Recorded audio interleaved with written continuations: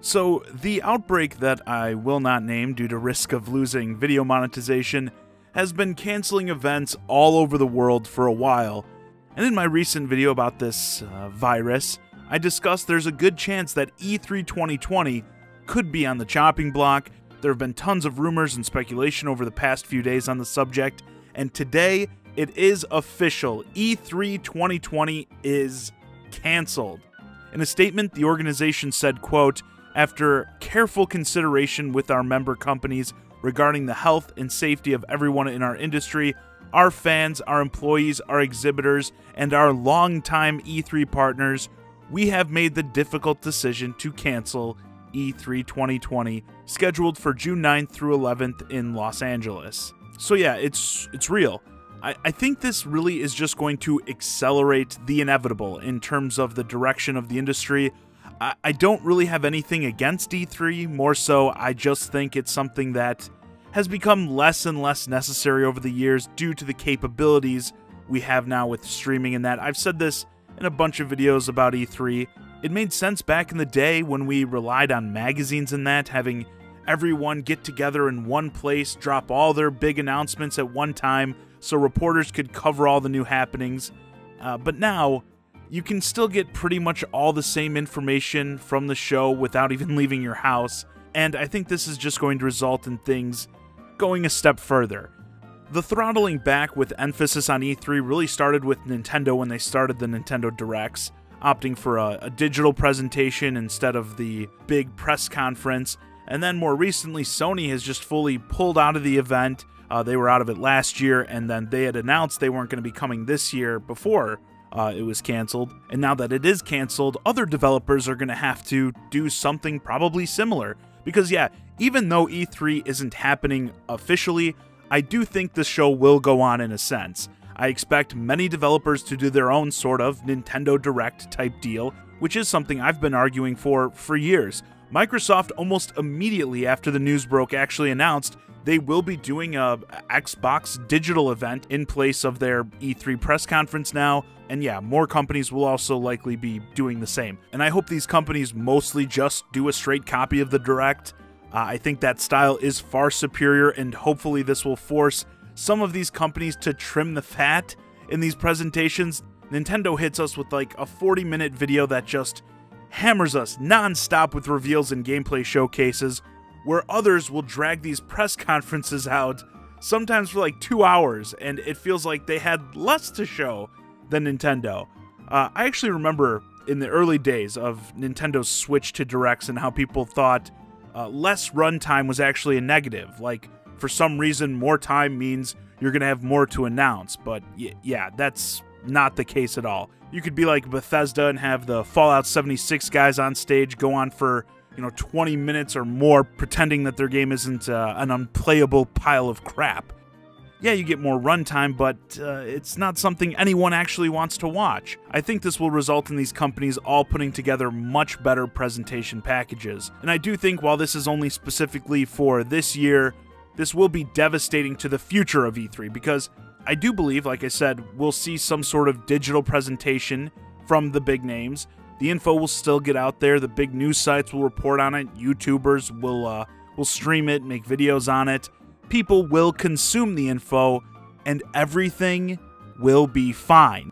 And that's where the issue will be. If the big companies still manage to get the message out there, generate hype, without all the hurdles that goes into a convention, paying all this money for your booth, people to operate it, doing the live press conference, flying everybody out to be there on stage. More may look into the Nintendo route, scaling back on the press conference, maybe even the Sony route, and look to drop out of the event entirely.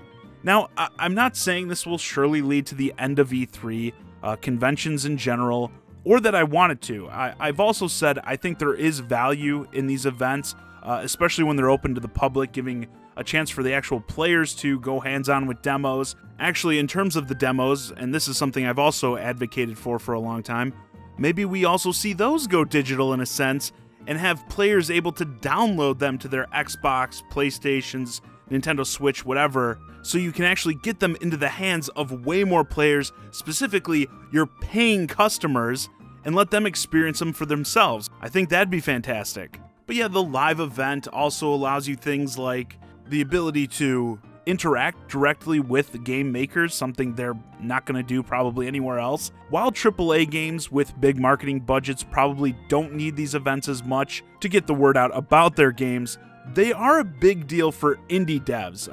Indie devs, even with like the cancellation of GDC, you can tell they're super affected by this stuff. Any plans they make, flights, hotel, and stuff that costs money, losing that obviously is a huge hit to them. But this is also a big part of how they get attention on their games. The big AAA ones are what brings a lot of the masses into these events, but if you're a smaller team, you're also, as a result, going to get a lot of eyes on your game. People are going to be walking by. If they think your game looks interesting, they may stop and check it out.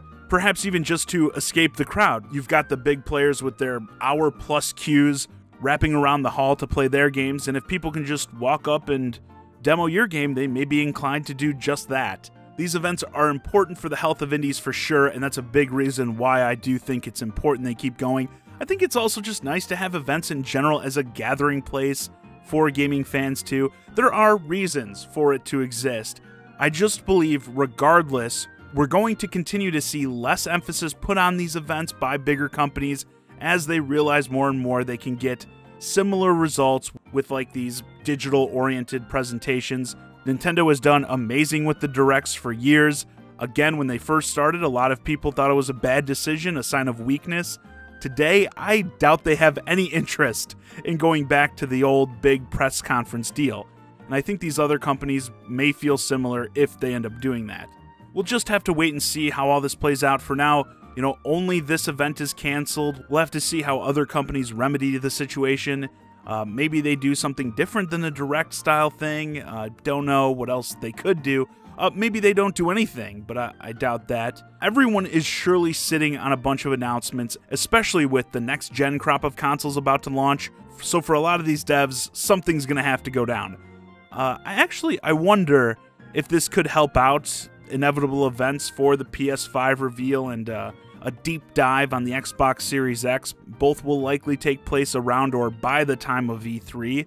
And if some of these third-party devs aren't going to have E3 to announce their games, they may be more enticed to reveal stuff at those events, as whenever we get big showcases for these next-gen consoles, there will surely be a ton of eyes on them. So that's a possibility too.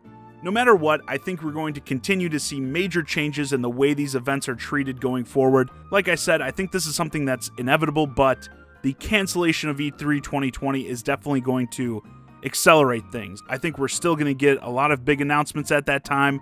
It's not like, oh, well, we're just going to have to wait for, E3 2021 or something. Around that time is still going to be big, I think. It's probably just going to look a lot different, hopefully in some ways better. Anyway, with that, this video is a wrap. Let me know your thoughts on the E3 2020 cancellation in the comments. What do you think is going to happen now? What are these companies going to do? And how do you think this is all going to affect the future of the event? Hey guys, I hope you enjoyed this discussion of the cancellation of E3 2020. If you're new to the channel, please consider subscribing. And if you want to keep the conversation going, hit me up on Twitter @JohnnyZakari and join my Discord, ChiGuy and Friends, linked to both in the description below. And as always, thanks for watching.